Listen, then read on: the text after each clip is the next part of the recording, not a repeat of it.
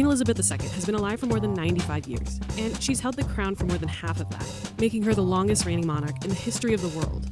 She's lived through over a dozen British prime ministers, 14 US presidents, and 20 Summer Olympics. God bless her, she's 95. That's a long-lived life. That's a life well lived. This is Bill Booth, and he agreed to talk about the unspeakable, the day London Bridge will fall down. Operation London Bridge is the not-so-secret plan for the United Kingdom when the Queen dies.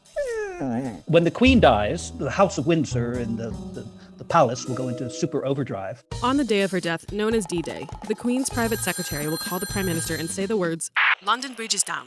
The news will then go out to the 15 governments where the Queen is also the head of state. After that, the 38 other nations of the Commonwealth will know. A news flash will be sent to the UK Press Association and media all over the world. At the BBC, an alarm for national emergencies will be activated. It's so rarely used that many of their staff don't even know what it sounds like. You've seen it? No. All of their anchors will wear black, and their usual red logo will go black as well. At the same time, a man dressed in black will hang a sign on the gate outside Buckingham Palace. The royals' website will also sport the same message, whatever that ends up being. All the flags will be lowered to half-staff, and bells will toll. Immediately after her passing, her son Charles will unofficially become king. He'll make his first speech as head of state that evening. This is the plan if she dies in London, but no need to fret.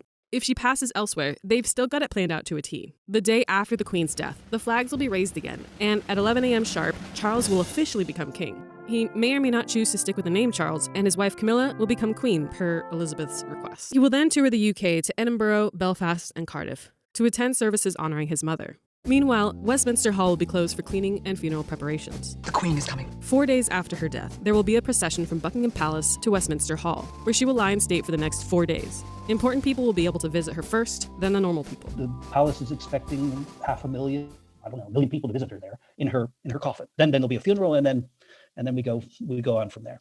The 9th day is funeral day. At 9 a.m., the bells covered in leather pads will ring muffled tones. The coffin will be carried to Westminster Abbey.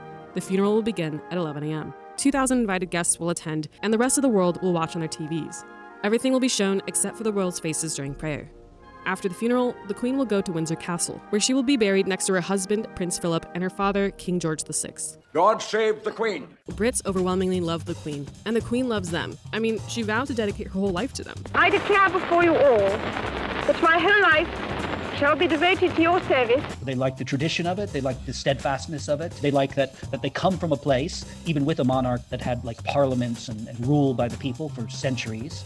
They like their history, and she is the living link to history. Look, change is hard, and no one is looking forward to this day, no matter how inevitable it is. But one thing's for sure. It'll just be a phenomenal 10 days of pomp and circumstance. I mean, they've designed it that way, and that is the genius of this House of Windsor and this monarchy, right? That they know how to put on a good show.